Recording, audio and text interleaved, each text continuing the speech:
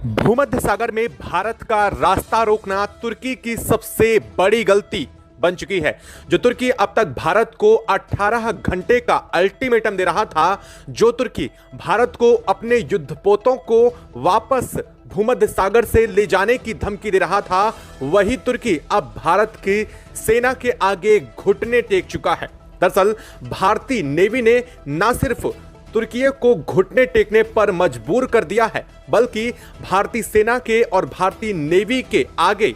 तुर्की की नेवी अब दुम दबाकर भागती हुई नजर आ रही है। आपको जैसा कि हमने पहले ही बताया था कि किस कदर से भूमध्य सागर को लेकर के मामला तूल पकड़ रहा है और यहां पर भारत अपनी एक तरफ तो पकड़ कमजोर करने की फिराक में बिल्कुल नहीं है, तो वहीं दूसरी तरफ सऊदी अरेबिया भूमध्य सागर को अपनी जागीर मान रहा था, उसको बहुत बड़ा झटका भारत ने दे दिया है। आखिरकार भारत ने न सिर्फ तुर्की बल्कि अब इस पूरे घटनाक्रम के बीच सऊदी अरेबिया पर भी सबसे बड़ा हमला बोला है और अब यह हमला एक दो तरफ नहीं बल्कि तीन तरफ से भारत ने कर दिया है, जिसके चलते न सिर्फ तुर्की अपने हाथ खड़े करने पर मजबूर हो उठा है, बल्कि तुर्की को अपनी नेवी को भी वापस लेने पर मजबूर होना पड़ा है। बता दें कि भारतीय नौसेना की तरफ से INS त्रिकंद को पहले मेडिटेरियन सी में उतारा गया था, लेकिन तुर्की और सऊदी अरेबिया को लगा था कि भारत का सिर्फ एक युद्धपोत है, लेकिन शायद वो भारत की असल चाल समझ ही नहीं पाए थे और जब असल चाल उन्हें पता चली भारत की, तब तक काफी देर हो चुकी थी और वो एक ऐसा स्टेटमेंट और ऐसा कदम उठा चुके थे जो उनके लिए ही सबसे बड़ा विनाशकारी बन चुका है। दरअसल भारत ने एक नहीं बल्कि 4 युद्धपोत उतार दिए थे जब तक इस पूरे मामले में आगे बात बढ़ती, और अब इस खबर को लेकर के जैसे ही अपडेट सामने आई है, पूरी दुनिया में हड़कंप मच चुका है। अब तक जो देश मान रहे थे कि भारत की स्थिति भूमध्य सागर में कमजोर है और कमजोर स्थिति में भारत फंस चुका है, वही देश अब ये कह रहे हैं कि भारत ने भूमध्य सागर पर पूरी तरीके से अपना कंट्रोल बना लिया है। दरअसल भारत ने लाल सागर के रास्ते होते हुए भूमध्य सागर में INS त्रिकंद को भेजा था, लेकिन आखिरकार अब जो खबर सामने आई है वो पूरी दुनिया को चौंका दी है। भारत ने नॉर्थ अटलांटिक ओशियंस के रास्ते होते हुए भूमध्य सागर में 3 और युद्धपोत को एंटर करवा दिया था और अब इस वक्त भारतीय युद्धपोतों ने पूरे के पूरे मेडिटेरियन सी पर अपना कंट्रोल तैयार कर दिया है और इसके चलते अब भारत ने एक के बाद एक मिसाइल लॉन्चिंग भी शुरू कर दी है। सबसे बड़ी खबर इस वक्त आ रही है, भारतीय युद्धपोत की तरफ से ब्रह्मोस मिसाइल दागा गया है, जिस ब्रह्मोस मिसाइल के चलते अब तुर्की को अपना कदम पीछे खींचने पर मजबूर होना पड़ा है और भारत का यह सबसे बड़ा स्टेप रहा है तुर्की और सऊदी अरब के खिलाफ, जिसके चलते अब इसको लेकर के मामला ज्यादा बढ़ता नजर आ रहा है। क्या है पूरी खबर, क्या पूरी अपडेट सामने रही है, क्यों आखिरकार तुर्की ने भारत को अल्टीमेटम देकर के अपने खुद पैर पर कुल्हाड़ी मारी और अब इस कुल्हाड़ी का नतीजा जो सामने आया है वास्तव में पूरी दुनिया को चौंका रहा है। क्या है इस वक्त पूरी खबर, क्या पूरी अपडेट है, बताएंगे आपको इस वीडियो में। चैनल पर बने रहे, वीडियो को लाइक और चैनल को अगर अभी तक आपने सब्सक्राइब नहीं किया तो नीचे बने काले कलर के बटन को दबा करके चैनल को सब्सक्राइब कर ले। और हां, अगर वीडियो में हाइप का ऑप्शन आ रहा है तो इस वीडियो को हाइप जरूर दे दें ताकि यह वीडियो आपके साथियों और दोस्तों तक और भी ज्यादा आगे पहुंच सके। और हां दोस्तों, भारत की इतनी बड़ी कूटनीतिक और अब कहा जाए तो भारत की सबसे बड़ी सामरिक जीत के लिए कमेंट बॉक्स में एक भारत के लिए जय हिंद तो जरूर बनता है। और हाँ दोस्तों, आपसे एक और अनुरोध है कि आप देश के जिस भी कोने, जिस जगह से बैठ करके इस वीडियो को देख रहे हैं, उस जगह, उस एरिया का नाम कमेंट बॉक्स में लिख करके जरूर बताइएगा ताकि हमें यह भी पता चल सके कि हमारे सब्सक्राइबर, हमारे व्यूअर्स हमें किस देश के किस किस कोने से देखना पसंद करते हैं, ताकि हम अपनी और भी अच्छी जानकारियां, अपडेट आप तक पहुंचा सकें। दोस्तों, भारत का रास्ता रोकना तुर्की के लिए एक बहुत बड़ी आफत बन चुका है। तुर्की को लगा था कि अगर वो भारत का रास्ता रोकता है तो एक तरफ तो मुस्लिम जगत का मसीहा बनके सऊदी अरब को बचाने के लिए काम में आ जाएगा और दूसरी तरफ उसे दुनिया के कई बड़े देशों का सहयोग भी मिल जाएगा। हालांकि किन देशों की तरफ ये इशारा है आगे हम आपको बताएंगे, लेकिन पूरा का पूरा सऊदी अरब और तुर्की का प्लान इस वक्त फेल हो चुका है। सऊदी अरब का भारत का रास्ता रोकना उसकी सबसे बड़ी मुसीबत बन चुका है और इस वक्त सऊदी अरब और तुर्की की जो सेना, जो जहाज भारत के खिलाफ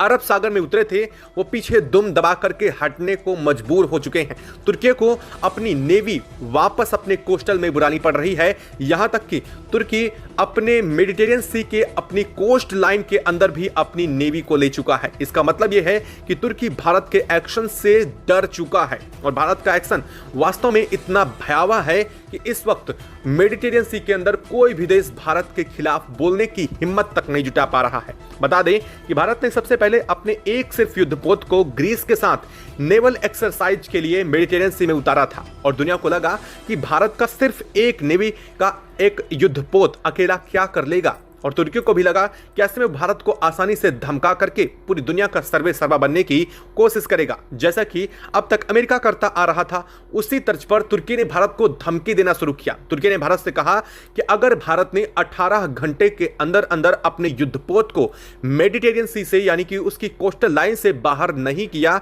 तो इसके बाद जो भी होगा उसके जिम्मेदार खुद भारत होगा और वो भारत के युद्धपोत को तबाह कर देंगे, नष्ट कर देंगे। लेकिन भारत ने इसका उस वक्त कोई जवाब नहीं दिया। तुर्की को लगा कि भारत ढीठ बन करके उसके जवाब का इंतजार कर रहा था। लगातार तुर्की के युद्धपोतों की तरफ से रेडियो द्वारा भारत के युद्धपोत पर मैसेज भेजे जा रहे थे कि अगर आप नहीं लेते तो हम इतने घंटों बाद एक्शन ले लेंगे, इतने घंटों बाद एक्शन ले लेंगे। कहा यह गया कि फाइनल एक्शन आप पर 18 घंटों बाद मिसाइल दागी जाएगी। लेकिन बाद में भारत ने इसको सिर्फ 15 घंटों में तुर्की को उसकी औकात दिखा दी। भारत ने वो किया जिसका अंदाजा किसी को भी नहीं था। दरअसल भारत के युद्धपोत नॉर्थ अटलांटिक ओशन में पहले से 3 से ज्यादा मौजूद थे और भारत ने जैसे ही यह खबर सुनी, भारत ने 18 घंटे का अल्टीमेटम की खबर सुनी, उसके बाद तुरंत भारत ने मेडिटेरियन सी से अपने जो युद्धपोत है उसे आगे बढ़ने को कहा और साथ साथ 3 और युद्धपोत को नॉर्थ अटलांटिक ओशन और रेड सी के रास्ते वापस मेडिटेरियन सी तक पहुंचा दिया, जिसके चलते तुर्की की हालत खराब हो गई। तुर्की को लगा था कि एक युद्धपोत कुछ नहीं कर पाएगा, लेकिन जैसे ही उसे यह खबर चली कि भारत के 1 नहीं 2 नहीं बल्कि 3 और ज्यादा सिप भारत के उसके रडार में जैसे ही ब्लिंक करते हैं, उसकी हालत खराब हो गई। तुर्की को लगा कि क्या भारत कोई बड़ा एक्शन लेने जा रहा है और इसी बीच तुर्की ने भारत के एक बार फिर से सिप पर मैसेज भेजा कि गो बैक। लेकिन भारत ने उल्टा उसका काम किया। भारत ने ना सिर्फ तुर्की के इस मैसेज को दरकिनार करते हुए अपने सिप को आगे बढ़ाया, बल्कि जो अपने एक्सरसाइज के लिए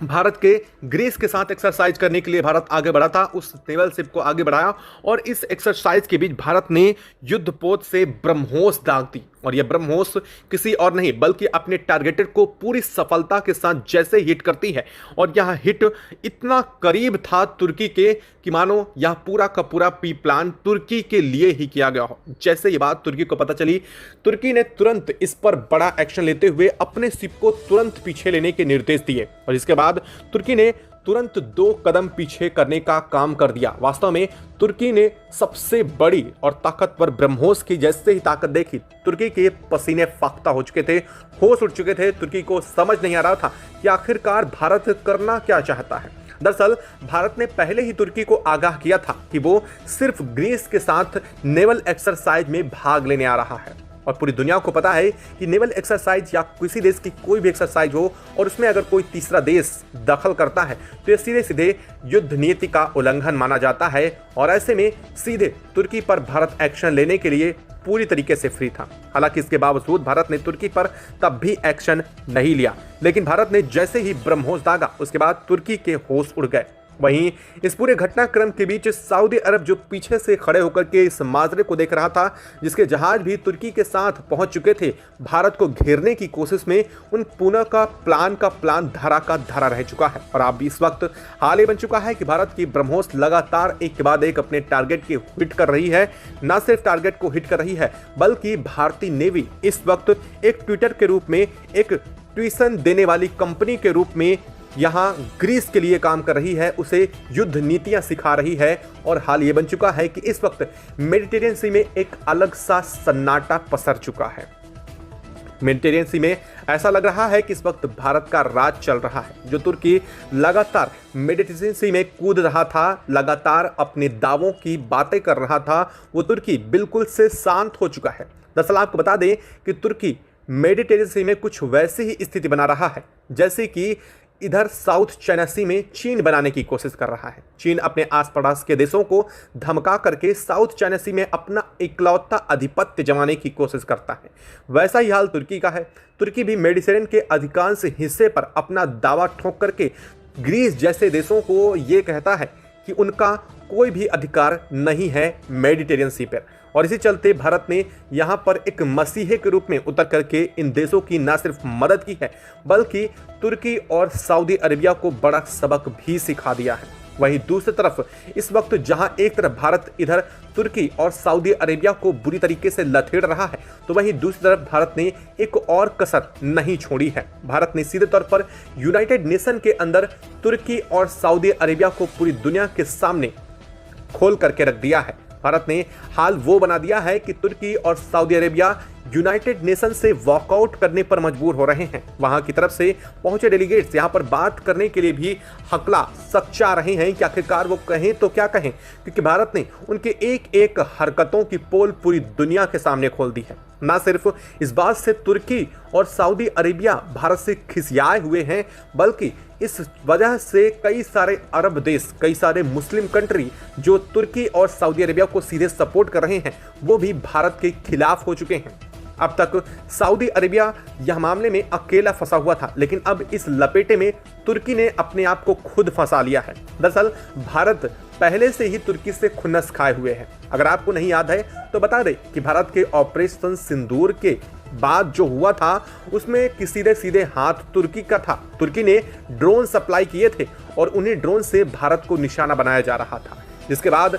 भारत ने सीधे ही तुर्की को निशाने पे ले लिया था। हालांकि भारत ने उस वक्त कोई बड़ा कदम नहीं उठाया था, लेकिन अब जैसे ही तुर्की भारत के अब वास्तव में सामने खुल करके निशाने पर आया है, अब भारत ने उस पुराने बदले को भी निभाने का पूरा प्लान तैयार कर लिया है। क्योंकि अब तुर्की चाहे या ना चाहे मेडिटेरियन सी में भारत उसे कहीं का भी नहीं छोड़ने वाला है। दरअसल भारत की पहले यह एक्सरसाइज महज 3 दिन की होने वाली थी, लेकिन अब खबर यह सामने आ रही है कि भारत के 4 और युद्धपोत पहुंचने के बाद इस एक्सरसाइज को 4 दिन और एक्सटेंड किया जा रहा है। यानी कि यह 4 से 3 मिलाकर के पूरे 1 हफ्ते तक भारतीय युद्धपोत न सिर्फ मेडिटेरियन सी में अपना बवाल मचाने वाले हैं, बल्कि पूरी दुनिया को अपनी असली ताकत और सामरिक क्षमता का प्रदर्शन भी करने वाले हैं। वहीं इस वक्त ब्रह्मोस की गड़गड़ाहट इस वक्त तुर्की के आसमानों पर भी देखी जा रही है, जिस चीज से तुर्की की रूह कांप रही है। हाल ये बन चुका है कि तुर्की के पास चुप रहने के अलावा अभी कोई ऑप्शन नहीं है, क्योंकि अगर तुर्की जरा सा भी चूं चपेट करता है तो इस वक्त भारत उसे कहीं का नहीं छोड़ेगा। एक तरफ तो ये हाल है, दूसरी तरफ यूएन में जो तुर्की अब तक भारत के लेकर के लगातार बयानबाजी कर रहा था, जो सऊदी अरब अब तक भारत को लेकर के लगातार कह रहे थे कि भारत को यूनाइटेड नेशन जनरल असेंबली में वीटो पावर कभी नहीं मिलने वाली है, अब भारत ने उनके मुंह भी बंद करने शुरू कर दिए हैं। दरअसल भारत को लेकर के कई सारे देशों का सीधे सपोर्ट मिल चुका है यूएन में। कहा यह भी जा रहा है कि इसको लेकर के जल्द ही भारत के लिए बिल पास कर दिया जाएगा, क्योंकि अब तक इस मामले में वीटो पावर वाले देशों की अड़चनें आ रही थी, लेकिन अब इस मामले में वीटो पावर के देशों की भी अड़चनें दूर होती नजर आ रही हैं। खैर, इस पर सामंजस्य की अभी भी खबरें पूरी तरीके से स्पष्ट नहीं है, लेकिन कहा यह जा रहा है कि यूनाइटेड नेशन में भारत ने इस वक्त पूरा का पूरा बवाल मचा करके रखा है। भारत के विदेश मंत्री एस जयशंकर ने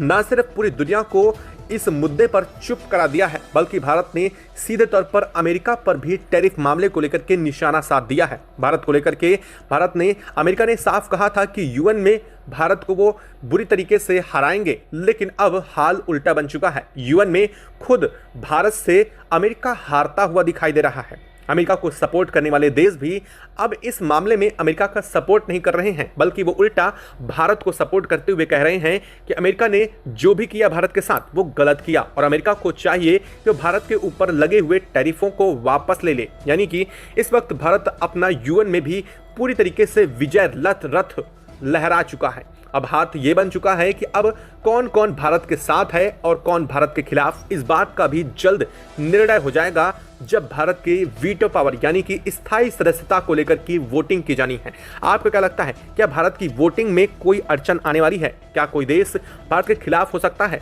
जैसे कि अमेरिका इसको लेकर के अपनी मत बदलने की बात कह रहा था?